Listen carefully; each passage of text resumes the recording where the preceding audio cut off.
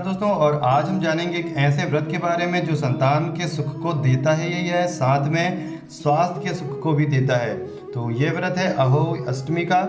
और अहोई अष्टमी का जो व्रत है इसके विधान से आप करने पर जो संतान सुख है उसको भी प्राप्त करते हैं। साथ में जो लोग बीमार रहते हैं या त्वचा रोग से अस्वस्थ रहते हैं उन्हें भी इसमें लाभ मिलता है। तो करने के क्या तरीके हैं और कहानी क्या है वो सब कुछ हम बताएंगे। चैनल को सब्सक्राइब नहीं किया तो चैनल को सब्सक्राइब कर लें, वीडियो को अंत तक देखें, लाइक शेयर करना ना भूलें। तो अहोष्टमी जो है वो नारद पुराण के अनुसार सभी मासों में श्रेष्ठ कार्तिक मास के कृष्ण पक्ष की अष्टमी को करकाष्टमी नामक व्रत का विधान बताया गया है। लोक भाषा में अहोई आठे या अहोई अष्टमी या इसको कहीं कहीं करवा आठे भी कहा जाता है। अहोई का शाब्दिक अर्थ है अनहोनी की होनी में बदलने वाली माता। इस संपूर्ण सृष्टि में अनहोनी या दुर्भाग्य को टालने वाली आदिशक्ति देवी पार्वती हैं। इसलिए इस दिन माता पार्वती की पूजा अर्चना अहो माता के रूप में की जाती है। अहोई अष्टमी का व्रत 5 नवंबर 2023 रविवार के दिन रखा जाएगा। अष्टमी तिथि का प्रारंभ 4 नवंबर की मध्यरात्रि 1 बजे से होगा और इसका समापन 5 नवंबर देर रात 3:19 पर होगा। उदय तिथि के अनुसार अष्टमी तिथि 5 नवंबर रविवार के दिन है, तो इस दिन ही अहो अष्टमी का व्रत रखा जाएगा। साथ ही इस दिन रवि पुख्य योग का भी शुभ संयोग बन रहा है। इस योग में रखे गए व्रत का जो लाभ है वो दोगुना फल मिलेगा। अहोई अष्टमी व्रत का जो महत्व है, तो अपने बच्चों की रक्षा और तरक्की के लिए माताएं यह व्रत रखती हैं। धार्मिक मान्यताएं हैं कि अहोई अष्टमी के दिन विधि विधान से किए गए व्रत के प्रभाव से माता और संतान दोनों के जीवन में सुख समृद्धि आती है और उनकी परेशानियां समाप्त हो जाती हैं।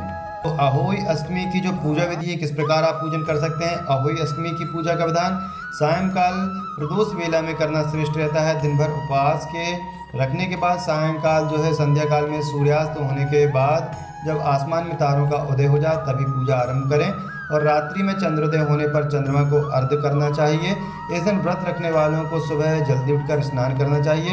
इसके बाद घर की एक दीवार को अच्छे से साफ करें और इस पर अहोई माता का चित्र या तस्वीर बनावें। इस तस्वीर को बनाने के लिए गेरू या कुमकुम का उपयोग करें। इसके बाद घी का दीपक अहोई माता की तस्वीर के सामने जलाएं।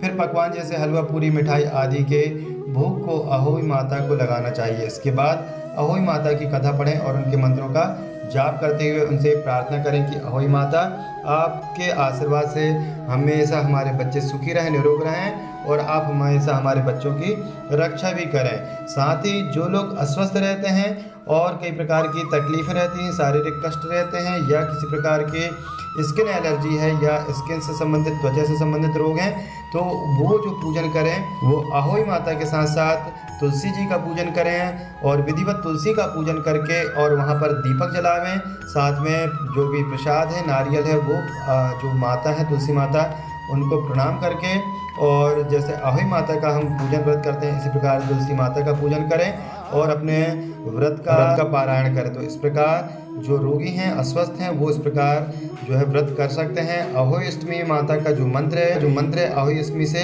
45 दिनों तक ओम पार्वती प्रिय नंदनाय नमः का 11 माला जाप करने से संतान से संबंधित सारे कष्ट मिट जाते हैं। अब जो कथा आती है पुराणों के अनुसार, तो वो हम आपको बताते हैं कि अहोई अष्टमी व्रत की कथा जो है, कथा के अनुसार प्राचीन काल में एक साहूकार के 7 बेटे थे। दीपावली से पूर्व साहूकार की पत्नी घर के लिपाई पुताई के लिए मिट्टी लेने खेत में गई और कुदाल से मिट्टी खोदने लगी। मिट्टी खोदते समय उसकी कुदाल से अनजाने में एक पशु शावक स्याहू के बच्चे की मौत हो गई। इस घटना से दुखी होकर के स्याहू की माता ने उस स्त्री को श्राप दे दिया। कुछ ही दिनों के पश्चात वर्ष भर में उसके 7 बेटे थे। 7 बेटों में से एक के बाद एक करके मरने लगे। महिला अत्यंत व्यथित रहने लगी। एक दिन उसने गांव में आए एक सिद्ध महात्मा को विलाप करते हुए पूरी घटना बताई। महात्मा ने कहा कि तुम उसी अष्टमी को भगवती माता की शरण लेकर के स्याहू और उसके बच्चों का चित्र बना करके उनकी आराधना करो और क्षमा याचना करो। देवी माँ की कृपा से तुम्हारा पाप नष्ट हो जाएगा। साहूकार की पत्नी ने साधु की बात मान करके कार्तिक माह के कृष्ण पक्ष की अष्टमी के दिन व्रत और पूजा की। व्रत के प्रभाव से उसके 7 पुत्र जीवित हो गए। तभी से महिलाएं संतान के सुख की कामना के लिए अहोई माता की पूजा करती हैं। तो ये जो व्रत है ये पुरुष भी कर सकते हैं, स्त्रियां भी कर सकती हैं और अपनी संतान की खुशहाली के लिए, उनकी तरक्की के लिए कर सकते हैं। साथ में जो अस्वस्थ हैं तो वह भी स्वस्थ कामना के लाभ के लिए इस व्रत को कर सकते हैं। विधि विधान हमने आपको बतला दिया है। सनातन से जुड़ी कोई समस्या हो या ज्योतिष से जुड़ी कोई समस्या हो तो आप कमेंट बॉक्स में पूछ सकते हैं। वीडियो को ज़्यादा से ज़्यादा शेयर करें जिससे कि समस्त जो बंधु बांधव हैं उन तक की महत्वपूर्ण जानकारी पहुँचती है। चैनल को सब्सक्राइब नहीं किया तो चैनल को सब्सक्राइब कर लें। जय माता दी।